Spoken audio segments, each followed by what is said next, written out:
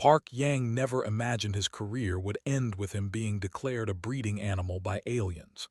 He was a scientist, not livestock.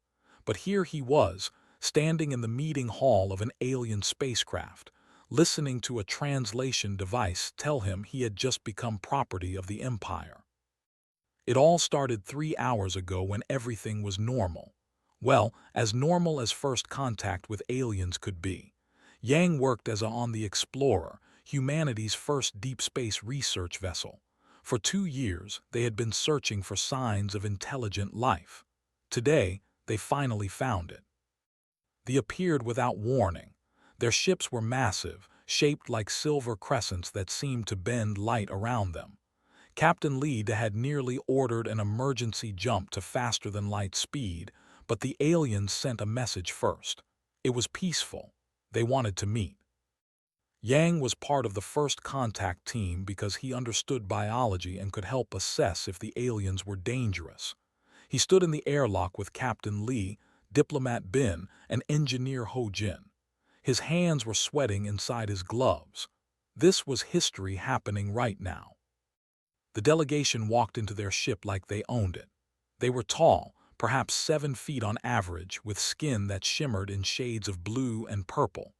Their faces were humanoid but angular, with large eyes that had no visible pupils. They wore form-fitting suits that looked both elegant and military. All of them were female, Yang noticed immediately. The leader introduced herself through a translation device. Her name was, and she held the title of High Commander. She spoke with authority that needed no translation. The other two were introduced as a physician and Vex, a military commander. They studied the humans with intense curiosity. The meeting started well enough. Captain Lee explained where humans came from and how long they had been searching for other intelligent life. Seemed pleased. She said they had been watching human broadcasts for 20 years and were impressed by human creativity and determination. Then asked a strange question. How many females do you have on this vessel? Captain Lee blinked. About 40% of our crew is female. Why do you ask? His expression changed to something that might have been surprise. And males? About 60%, Captain Lee said slowly. The 3 women began speaking rapidly to each other in their own language. The translator couldn't keep up. Yang saw pull out a device and scan the human delegation. Her eyes went wide. That was when Yang's allergies betrayed him. The air filtration system on the ship must have used different standards because something made his nose itch terribly. He tried to hold it back, but the sneeze exploded out of him. He quickly covered his face with his elbow. Sorry, he mumbled, allergies. Scanning device went crazy. It made a high-pitched sound and flashed lights. She stared at it like it had just told her the universe was ending. Then she looked at Yang with an expression he couldn't read. High Commander said urgently, you need to see this immediately. Took the device and studied it. Her face went through several expressions in quick succession. Shock, disbelief, then something that looked almost hungry. She looked at Yang like he had suddenly become the most valuable thing in the galaxy. What is your designation? Asked him directly. Park Yang, I'm a... How old is he? Asked Captain Lee, ignoring him. 28, the captain said, clearly confused. Why? Touched her communication device. This is High Commander to all vessels. Priority Alpha situation. I am declaring formal genetic claim on the human male designated Park Yang under Imperial survival law. The translator device struggled with those words, offering several alternatives. Yang heard it cycle through: breeding rights, reproduction priority, genetic harvesting authorization. Each translation sounded worse than the last. The final translation that settled made him go pale.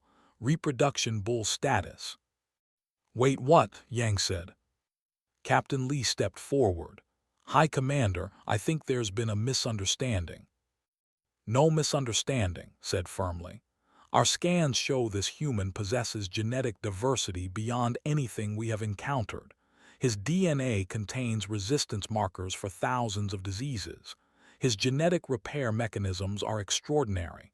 His reproductive viability is—" She paused, searching for words. "He is the answer to our crisis." "What crisis?" Bin asked carefully. His expression softened slightly. 200 years ago, a plague struck our males. All of them became unable to reproduce.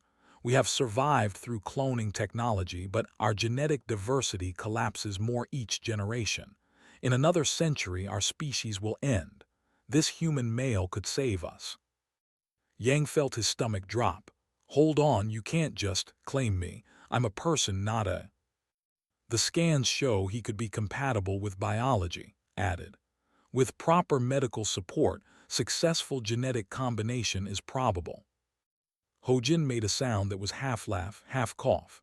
Yang shot him a desperate look. Captain Lee's voice became very professional. "High Commander, humanity does not practice forced reproduction. Park Yang is a citizen with full rights. We cannot simply hand him over." "Hand over?" Looked confused. "He will be honored, given the best quarters, finest food, medical care beyond anything you can provide. He will be treated as the most valuable individual in the Empire." "Valuable like a prize cow," Yang muttered. "What is a cow?" Vex asked. "Livestock," Hojin explained, then winced when Yang glared at him. His face showed no recognition of the problem. "In our empire, genetic donors are celebrated. He will have status, comfort, and the gratitude of billions. 3 of our finest females will be assigned to assess his compatibility. If successful, he will father a new generation of—" "I'm not doing that," Yang said louder than he intended. Tilted her head. "You refuse to save a dying species. Is this human morality?" Captain Lee held up her hands. "This requires discussion among our people, and with our government. You cannot expect an answer immediately." "Of course," said. "You may consult, but know this, we have declared formal claim. By imperial law, Park Yang is now under protection. We will not allow him to leave until this matter is resolved." The word protection was translated with several alternatives that all sounded like custody or imprisonment. Yang looked at Captain Lee with panic in his eyes. She gave him a small nod that meant, "Stay calm, we'll figure this out." But as the meeting ended, and they were escorted to guest quarters on the ship, quarters that were luxurious but definitely locked, Yang realized his life had just become incredibly complicated. Hojin patted his shoulder sympathetically. "Look on the bright side. You're making history. First human to be declared an alien breeding bull. They'll probably name a holiday after you." "Shut up, Hojin," Yang said, but he couldn't help the nervous laugh that escaped. This was impossible. This was insane. This was going to be very difficult to explain to his mother. The quarters they gave Yang were nicer than any hotel he had ever seen. The room was huge, with walls that changed color based on his mood, currently cycling through anxious shades of gray and yellow. The bed was circular and floated slightly off the ground. There was a bathroom with a cleaning system he didn't understand, but that left him feeling cleaner than any shower ever had. And there was food. So much food. But it was still a prison, just a pretty one. He had been separated from Captain Lee and the others 6 hours ago. They told him it was for compatibility assessment preparation. He told them it was kidnapping. They smiled politely and locked the door anyway. Yang was packing the room for the 20th time when the door opened. 3 women entered. He recognized the physician from the first meeting. The other 2 were new. "Park Yang said with a small bow, "I hope the quarters are satisfactory. I am here with your compatibility assessors. This is Vex, warrior commander of the 3rd Fleet." The tall, muscular nodded. "And this is our chief geneticist." The 3rd woman, slightly shorter than the others with darker blue skin, studied him with intense scientific curiosity. "I don't need compatibility assessors," Yang said firmly. "I need to go back to my ship." "That is not possible during the assessment period," Vex said. Her voice was direct and military. "You are under Imperial protection." "I'm under Imperial kidnapping," Yang corrected. Stepped closer, her scanning device already out. "Fascinating. Stress markers elevated but not extreme. Adrenaline response active but controlled. You are managing fear with rational thought. Very efficient biology." "I'm not a lab experiment." Yang backed away from the scanner. Raised her hands in what might have been a calming gesture. "Please understand, Park Yang, we mean no harm. Our species is dying. You possess genetic material that could save us. Is cooperation not the logical choice?" "Cooperation means I have a choice," Yang said. "You're not giving me one." The three looked at each other with confusion. "But you are being offered comfort, status, and purpose," Vex said. "What more choice is needed?" Yang realized the problem. They genuinely didn't understand. In their culture, being selected for genetic donation was an honor. They couldn't comprehend why he would refuse. He took a deep breath and tried a different approach. In human culture, reproduction requires something called consent. Both people must agree freely, without pressure, without force. It's one of our most important values. Scanner beeped as she recorded this. "Interesting. Your species treats genetic combination as a choice rather than a duty. Is this not inefficient for survival?" "Maybe," Yang admitted. "But it's what makes us human. We believe every person has the right to control their own body." "Even if refusal means a species dies?" asked quietly. The question hung in the air. Yang felt the weight of it. These people were desperate. Their entire civilization was ending, and they saw him as the solution. But that didn't make what they were doing right. "Even then," he said finally, "because once you take away that choice, you stop being people. You become machines."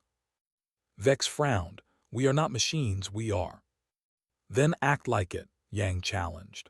"If you're truly intelligent beings, you can understand this. What you're doing is wrong by human standards. If you want cooperation between our species, it has to start with respect." The three women were silent for a long moment. Finally spoke. "You are correct that we do not understand, but we are scientists. We can learn. Tell us about this consent. Explain your reproduction process." And so Yang spent the next 2 hours explaining human courtship, dating, relationships, and consent. They listened with genuine fascination. They asked hundreds of questions. Some were clinical, some were confused, and some revealed just how different their cultures were. "So humans perform combat rituals before mating?" Vex asked at one point. "No, dating isn't combat," Yang explained again. "It's about getting to know someone, finding out if you're compatible emotionally." "Emotionally," repeated, her scanner recording everything. "You prioritize emotional bonding over genetic optimization." "Yes." "That seems," she paused. "Actually, that seems beautiful, inefficient but beautiful." Nodded slowly. "We had such things once, before the plague. Males and females used to form pair bonds. But when the males became sterile, we had to focus only on survival. Perhaps we lost something important." "You lost your humanity," Yang said, then corrected himself. "Sorry, your personhood, the thing that makes you more than just biology." The door suddenly opened. High Commander entered with 2 guards. Her expression was stern. "The assessment session is taking too long. Has compatibility been confirmed?" "We are learning about human reproduction requirements," explained. "The process is more complex than anticipated." "Complexity is irrelevant. Time is critical," looked at Yang. "Our geneticists have confirmed that successful combination is possible. The procedures can begin within 2 cycles. "No," Yang said firmly. "I told you I don't consent." "Consent," said the word like it was foreign. "You would let our species die for this concept." "I would let your species find another solution," Yang said. "Because I'm not just genetic material, I'm a person, and I'm a scientist. If you actually want my help, ask for it properly. Work with me. Don't treat me like breeding livestock." His eyes narrowed. "You are in no position to make demands." "Then you're not really asking for cooperation, are you?" Yang met her gaze.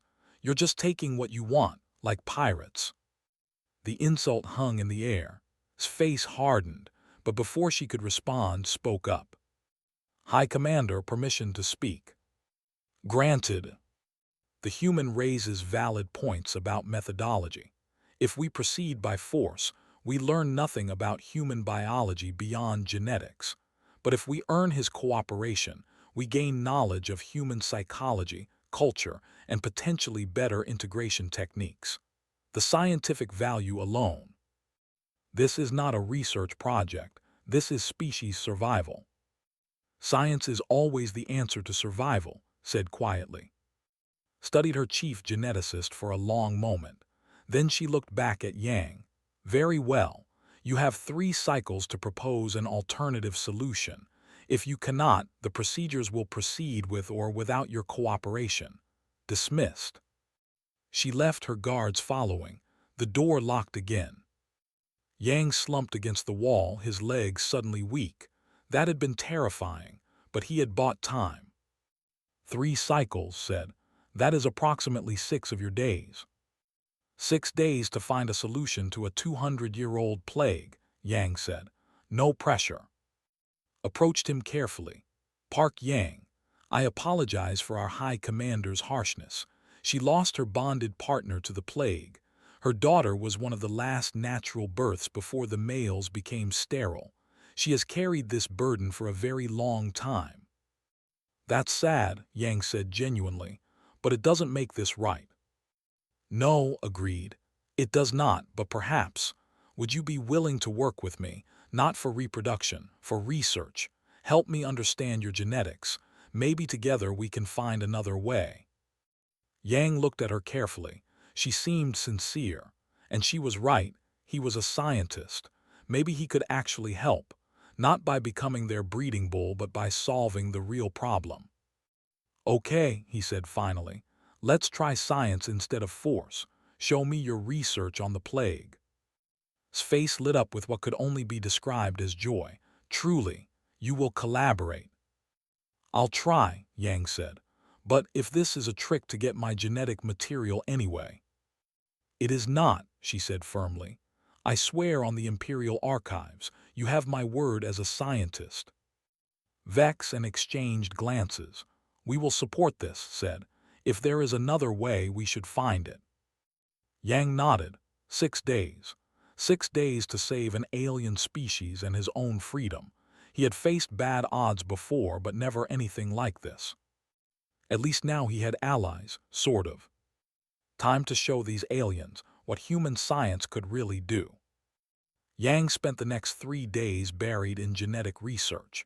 Gave him access to 2 centuries of data about the plague that destroyed their males' ability to reproduce.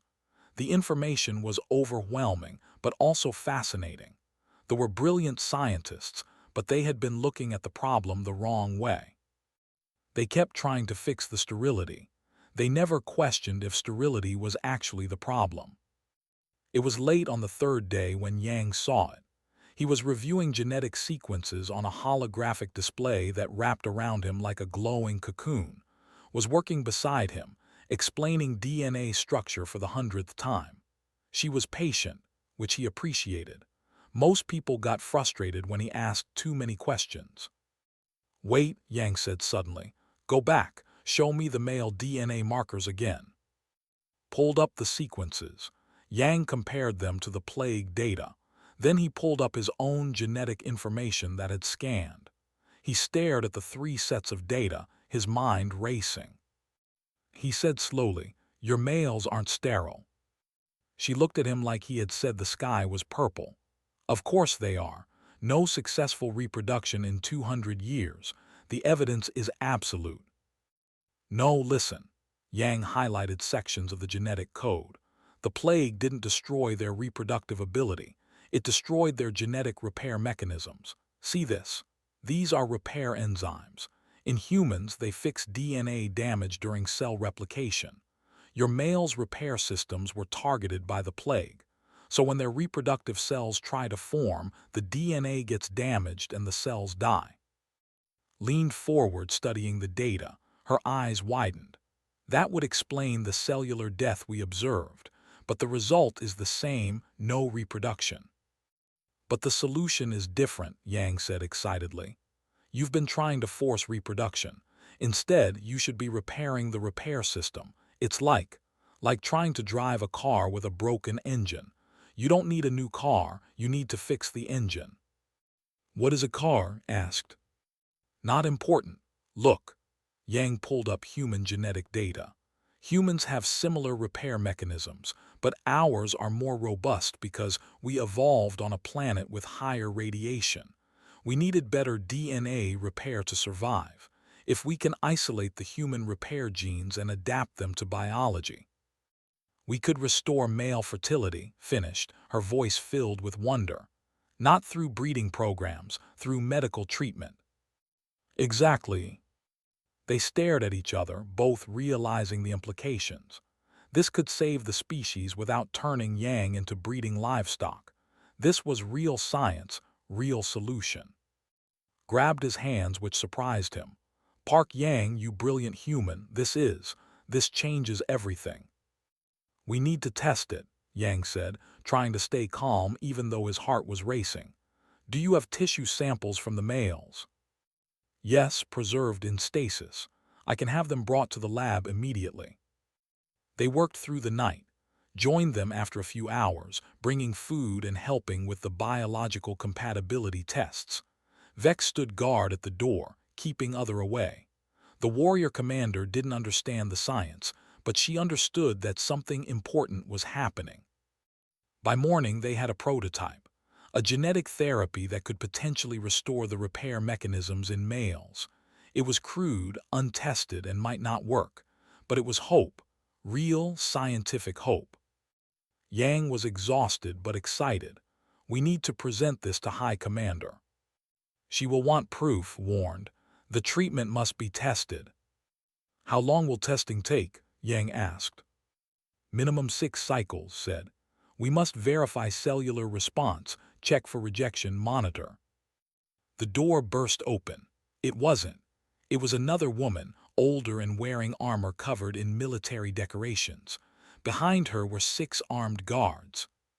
I am War Matriarch Kiva, the woman announced. By authority of the Imperial Defense Council, I am assuming control of this facility.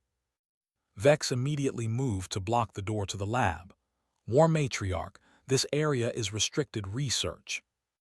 Stand aside, Commander. Kiva's voice was ice. The Council has lost patience with High Commander's hesitation. The human male will be transferred to the genetic extraction facility immediately. Yang felt cold fear grip his chest.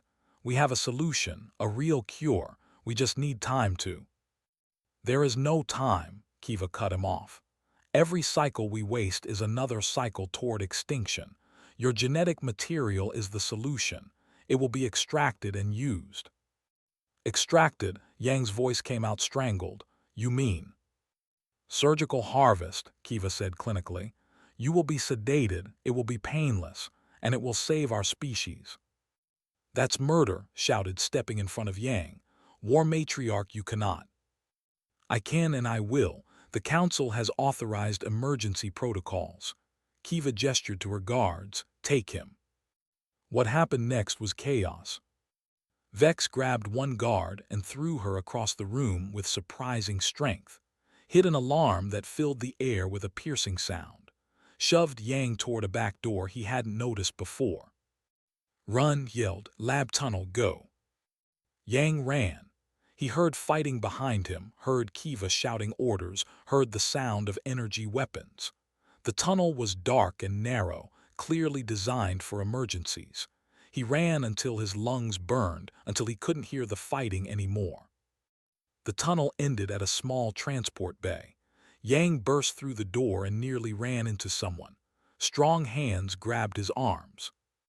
Whoa, easy there. Yang looked up into the face of Ho Jin. Behind him were Captain Li Da, Han Wu from medical, Min from security, and pilot Shin, his crew, his people. Ho-Jin, Yang gasped. How did you? Long story, Captain Lee said quickly. Short version, we've been negotiating for 3 days, made some friends who don't agree with the kidnapping plan. They tipped us off about the council's move. Come on, we need to get you to the shuttle. Wait, Yang grabbed her arm. We found a cure, a real cure, but Kiva's faction stole the research data if they destroy it.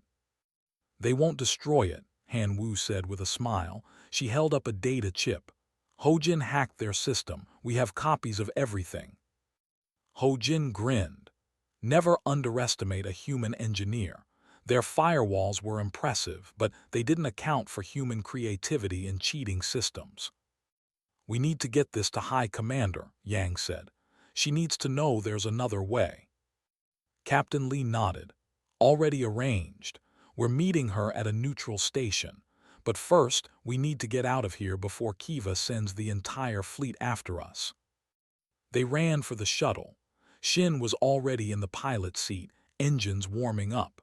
Min covered their back, his weapon ready. They piled into the small craft just as alarms started blaring throughout the facility. Strap in, called out. This is going to be bumpy. The shuttle launched. Yang was pressed back into his seat as they accelerated. Through the window, he saw ships scrambling to intercept them. Energy weapons fired, barely missing their hull. They're really shooting at us, Ho-Jin yelled. I noticed. Hands flew over the controls. She dove the shuttle between 2 larger ships, using them as cover. Then she hit the atmospheric thrusters and they plunged toward the planet below. What are you doing? Captain Lee demanded. Trust me, said. She was grinning like this was the most fun she'd had in years. They hit atmosphere at a dangerous angle. The shuttle shook violently. Yang's teeth rattled. Through the window, he saw flames engulfing the hull, but kept control, adjusting their trajectory with tiny movements. The ships followed, but they were built for space combat. In atmosphere, they were slower, less maneuverable. Used every trick she knew, diving through canyons, skimming over water, using the planet's geography as cover. There, Captain Lee pointed at a structure ahead. It was smaller than the main facilities, more elegant. A civilian station is waiting. They landed hard. The shuttle's landing gear groaned but held. The crew scrambled out. High Commander was there along with Vex, had a burn mark on her arm, but she was alive. You made it, said with relief. You have the data, asked immediately. Han Wu handed over the chip. Everything, the cure, the research, all of it. Looked at Yang, and this will work. We don't know yet, Yang said honestly. It needs testing, but it's real science, real hope, better than treating me like livestock. Studied the chip in her hand. Kiva will not accept this. She believes in the old ways. She will force a confrontation. Then we need to move fast, Captain Lee said. Test the treatment, prove it works, take away her argument. That will take time we may not have, said. Then we buy time, Yang said. Together, humans, and show the galaxy that cooperation works better than force. Looked at him for a long moment. Then she nodded. Very well, Park Yang. Let us show my people what true innovation looks like. Yang smiled. He was exhausted, terrified, and possibly about to start a civil war between alien factions. But for the first time since this nightmare began, he felt like he was actually helping. Science was going to save them. He just had to survive long enough to prove it. The High Council chamber was enormous. It looked like an amphitheater, with seats rising in circles around a central platform. Hundreds of officials sat watching as Yang stood in the center with Captain Lee beside him. Above them, holographic displays showed the Explorer and a dozen other human ships that had arrived overnight. Earth had sent reinforcements, but they came in peace. War Matriarch Kiva stood on the opposite side of the platform, her armor gleaming.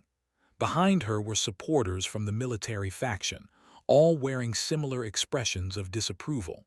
They looked at Yang like he was a problem to be solved, not a person to be respected. High Commander sat in the central seat, elevated above the rest. She looked tired. This debate had been going on for 2 hours already. The human speaks of cooperation, Kiva said, her voice echoing through the chamber. But cooperation is a luxury we cannot afford. Our males die. Our clones degrade. In 50 years there will be no left. We do not have time for experiments and hope. We need results. The human male's genetic material is our only certain solution. Certain, Yang spoke up. Bin, the human diplomat, had coached him on how to address the council. Stay calm, stay respectful, but don't back down. Extracting my genetic material won't save your species. It will just make you dependent on humans forever. Is that the legacy you want, to become parasites? The council murmured. Kiva's eyes narrowed. Careful, human, you are a guest here. A guest? You declared me a breeding bull. You tried to surgically harvest me. Yang felt anger rise in his chest, but he controlled it. I'm not a guest. I'm a hostage who found a better solution. And you're angry because it means you can't take the easy way. The easy way. Kiva's voice was dangerous. There is nothing easy about watching your species die. No, there isn't, Yang agreed quietly. But there's something worse. Watching your species lose its soul. You called humans impressive. You studied our broadcasts. Did you learn nothing? We survive because we adapt, because we innovate, because we never stop trying to find a better way, not because we take what we want by force. Stood from her seat. The council should know that preliminary tests show promise. The genetic therapy is responding to biology. Male tissue samples show repair mechanism restoration of 47% after just 2 cycles. 47% is not 100, Kiva countered. It is not certainty. Nothing in science is certain, Yang said. But this is real progress, real hope. Give us time to finish the research. We gave you time, Kiva said. 3 cycles, then 6. How much more time do you need? Another year, 10 years, we are dying now. Then work with us now, Yang's voice rose. Send your scientists to work with our scientists. Share knowledge. Build something together. That's what intelligent species do. They cooperate. They don't kidnap and threaten. The chamber exploded into argument. Some council members agreed. Others shouted opposition. Raised her hand for silence, but it took several minutes before the noise died down. Before could speak, alarms blared. Red lights flashed throughout the chamber. A guard rushed to his side and whispered urgently in her ear. Her face went pale. War Matriarch Kiva said coldly, "Your fleet has surrounded this station. Would you care to explain?" Kiva smiled. It wasn't friendly. The council debates while our species dies. I am tired of talk. My fleet has orders to seize the human male and take him to the extraction facility. This ends now. Captain Lee immediately activated her communicator. All human vessels, defensive positions. Do not fire unless fired upon. Your ships cannot match our fleet, Kiva said. Surrender the male. This is your only warning. Yang felt ice in his stomach. This was it. Either humans and would fight, or he would be handed over for dissection. Neither option was good. Then Vex stood up. The warrior commander walked down to the platform, moving past Kiva without looking at her. She stopped beside Yang. War Matriarch, I respectfully resign my commission, Vex said clearly. I will not participate in the forced harvesting of a sentient being. It is dishonorable. You would betray your own species, Kiva demanded. I would save my species by doing what is right, Vex said. The human is correct. We have lost our way. This is not who we were. This is not who we should be. Stood next. Then other council members. One by one rose from their seats and came down to stand with Yang. Not all of them, not even most, but enough. Kiva looked around, her confidence wavering. You are all fools. Sentiment will not save us. Neither will slavery, said. She stood, and her voice carried authority that made everyone stop. War Matriarch Kiva, you have exceeded your authority. You have mobilized the fleet without council approval. You have threatened an allied species. I hereby. You hereby nothing, Kiva shouted. Your time is done, the council is weak. The military will take control now. On the Kiva's ships began moving closer, weapons charged. The human fleet responded, shields powering up. In seconds, both sides would be shooting. That's when Ho Jin did something crazy. Yang heard his engineer's voice over the open comm channel, broadcast to every ship in the system. Attention fleet. This is Engineer Ho Jin of the Explorer. We need to chat about your ship computer security, because, we may have accidentally installed some programs during our diplomatic visits. Whoops. The ship suddenly began spinning, not violently but definitely out of control. Weapon systems powered down, navigation went haywire. It was chaos but controlled chaos. Nobody was hurt. Nobody was in danger, but nobody could fight either. Ho Jin, Captain Lee yelled into her comm. What did you do? In my defense, Ho Jin's voice came back cheerfully, they were going to shoot us. I just bought us some time. Though, I should mention that there was supposed to be an emergency measure. I didn't think I'd actually use it. Also, their systems are really elegant. I almost feel bad. Kiva stared at the in shock. Her perfect military fleet was doing pirouettes in space like drunken dancers. Yang couldn't help it. He started laughing. It was stress, relief, and pure human absurdity all at once. The mighty war fleet, defeated by a human engineer with too much curiosity and too little respect for security protocols. Shin's voice came over the comm next. Anyone want to see me fly through their formation? I bet I can make them dizzier. Please don't, Captain Lee said, but even she was smiling. Looked at Kiva. Do you see, War Matriarch? This is why force fails. Humans don't fight the way you expect. They improvise, they adapt. They find solutions you never considered. This is what we need, not their genetic material, their spirit of innovation. Your ships are disabled, Min added over the comm. Your plan failed, stand down. Kiva stood frozen. Her entire coup, her perfect military strategy, undone by human creativity and a complete disregard for proper protocols. Finally, she slumped. I yield. The tension in the chamber broke. Guards moved to arrest Kiva, issued orders to restore order to the fleet. The crisis was over. Captain Lee put a hand on Yang's shoulder. You did good. I mostly just talked, Yang said. Ho Jin saved us. Leadership isn't always about doing, Captain Lee said. Sometimes it's about standing firm while others do what they do best. You gave us something to stand for. That matters. Approached them. Park Yang. On behalf of the Empire, I apologize for the kidnapping, for the threats, for treating you as property rather than a person. You have shown us who we used to be, who we could be again. Thank you, Yang said. But I need more than apologies, I need a promise. No more forced anything, real cooperation, equal partners. Agreed, said. She held out her hand. Yang shook it. It was an oddly human gesture but had clearly been learning. Approached with a data pad. The test results are complete.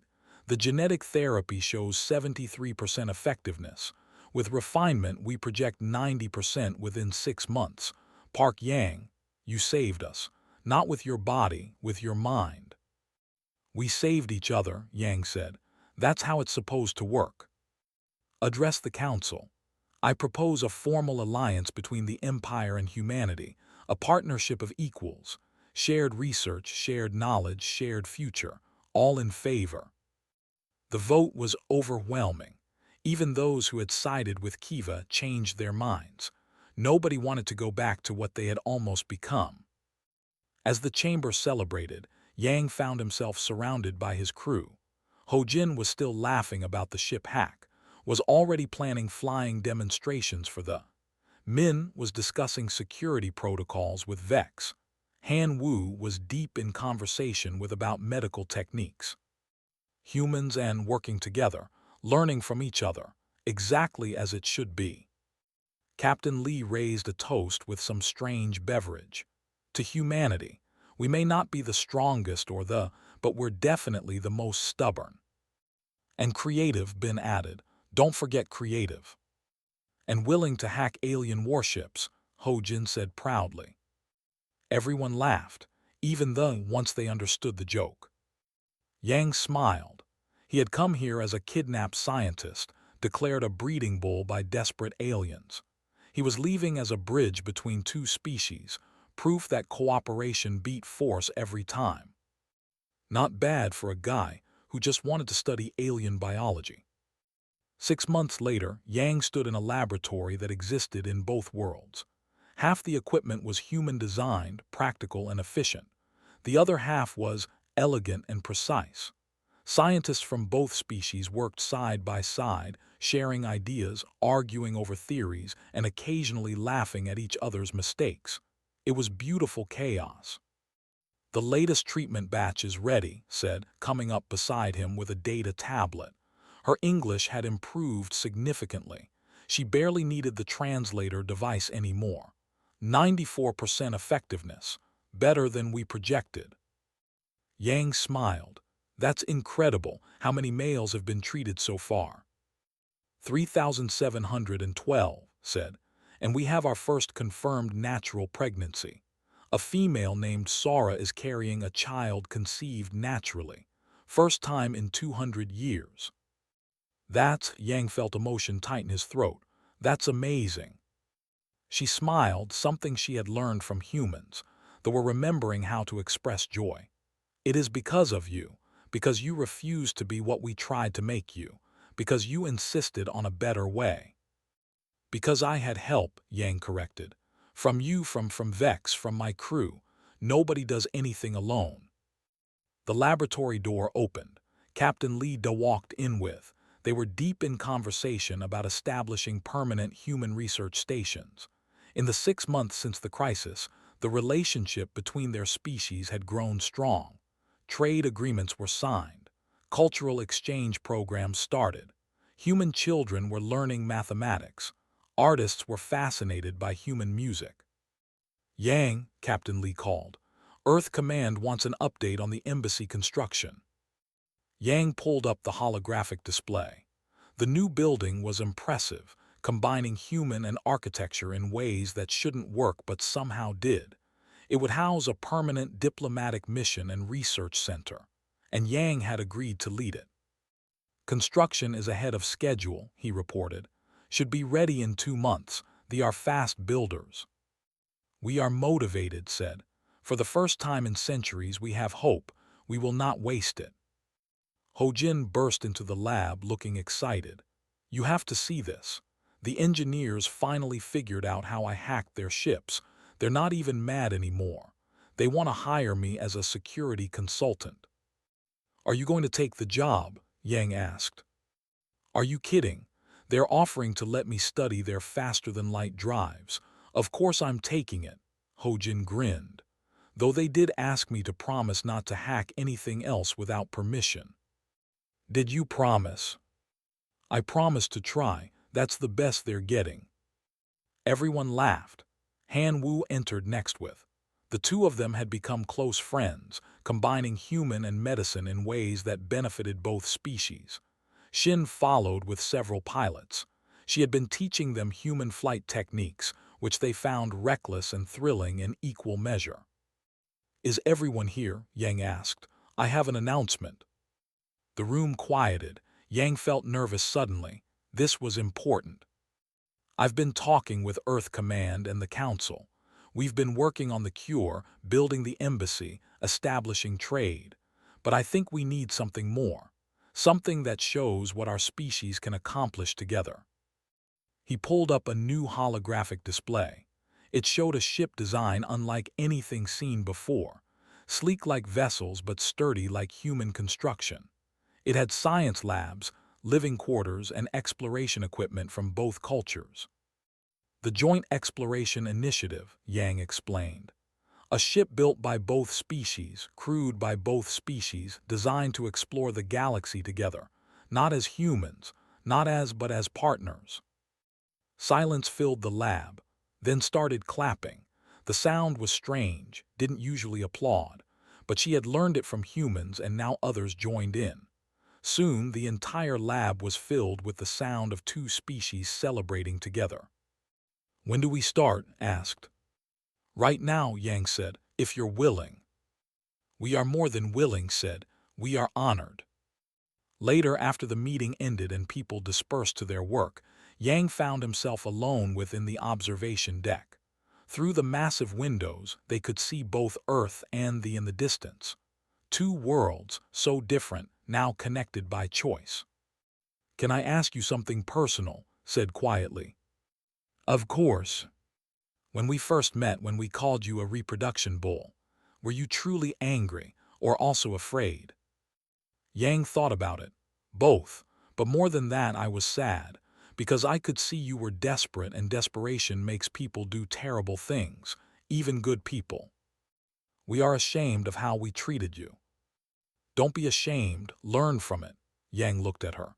"That's the human way, we make mistakes, huge, terrible mistakes, but we try to be better, and you're doing that now." Was quiet for a moment. "I have decided to apply for the Earth Exchange program. I want to study human biology and culture on to truly understand your species." "That's great," Yang said. "Earth is amazing, chaotic and messy, but amazing, you'll love it." "Will you?" hesitated. "Will you be my guide? When you visit Earth, I would feel safer with someone I trust." Yang smiled. "I'd be honored." They stood together, watching the stars. In 6 months, Yang had gone from prisoner to ambassador, from breeding specimen to bridge between worlds. It still felt surreal sometimes. Yang said, "May I ask another personal question?" "Sure." "Humans write many stories, I have been reading them, and in many stories, situations like ours lead to romantic outcomes. Is that expected?" Yang nearly choked. "What? No, that's just fiction. In reality, people make choices based on real feelings, not narrative convenience." "So you do not have feelings for me?" He looked at her carefully. Her face was serious, but her eyes had a sparkle that might have been amusement. She was learning human humor. "Are you teasing me?" She smiled, a real, genuine smile. "Perhaps humans do this, yes, make jokes to ease tension." "Yes, we do," Yang laughed. "You're learning fast." "I have a good teacher," she paused. "But seriously, thank you, Yang, for everything, for being patient with us, for seeing us as people, not monsters, for giving us a future." "You gave me something too," Yang said. "Purpose. Before this, I was just a scientist studying things. Now I'm part of something bigger, something that matters." "The first human-alien friendship," said. "It will be in history books. I hope they spell my name right." The door opened. Ho Jin stuck his head in. "There you two are. Captain Lee is organizing a celebration dinner. Human food and food. It's either going to be delicious or a disaster. You coming?" "Wouldn't miss it," Yang said. They left the observation deck together. Behind them, Earth and the continued their eternal dance around their stars. Two worlds that had almost gone to war. Two species that had almost destroyed their chance at friendship. But humans were stubborn, and were learning to be. The celebration was loud and chaotic. Humans tried dishes and made faces at the strange textures, tried human food and were confused by the concept of spicy. Shin challenged pilots to a drinking contest and immediately regretted it. Alcohol was no joke. Min taught Vex how to play poker, which was a mistake because her warrior instincts made her terrifyingly good at bluffing. Captain Lee raised her glass. A toast to Park Yang, who taught us that the best way to solve a problem is to refuse to accept the easy answer, and to our friends, who learned that asking is better than taking. To cooperation, someone shouted. To friendship, another voice called. To not being a breeding bull, Ho Jin added, which made everyone laugh. Yang raised his glass with everyone else. He looked around the room at humans and eating together, laughing together, planning a future together. This was what first contact should be, not war, not exploitation, but choice, partnership, hope. His mother had called him last week. She still didn't quite understand what had happened. The translation of Reproduction Bull had nearly given her a heart attack. But she was proud of him. Her son, the ambassador. Her son, who changed the galaxy just by insisting on being treated like a person. "What are you thinking about?" asked, sitting beside him. "How far we've come," Yang said. "6 months ago, you wanted to dissect me. Now we're friends planning to explore the galaxy together." "When you put it that way, it sounds absurd." "It is absurd," Yang agreed. "But that's humanity for you. We make friends with people who try to dissect us. We hack warships instead of fighting them. We turn breeding bull declarations into diplomatic victories. We're ridiculous." "You are magnificent," corrected. "And you taught us to be magnificent again, too." The party continued late into the night. Songs were sung in 2 languages. Stories were told that lost something in translation but were funny anyway. Plans were made for the future, not just the embassy and the research stations and the exploration ship, but smaller things too. Cultural festivals, sports competitions, art exhibitions. Yang slipped away eventually, tired but happy. He found himself back at the observation deck, alone again with the stars. Out there was an entire galaxy waiting to be explored. Hundreds of species they hadn't met yet. Thousands of problems they hadn't solved. Millions of opportunities to make the same mistakes or choose something better. But now at least humanity wouldn't face it alone. They had partners, friends, allies who understood that the best solutions came from working together, not from force or fear. Yang smiled at his reflection in the window. Park Yang, former alien reproduction bull, current ambassador and proof that sometimes the best way to save the galaxy was to be stubbornly, impossibly, magnificently human. Behind him, the party continued. Laughter echoed through the halls, 2 species learning to be one community. The future was going to be interesting. And he couldn't wait.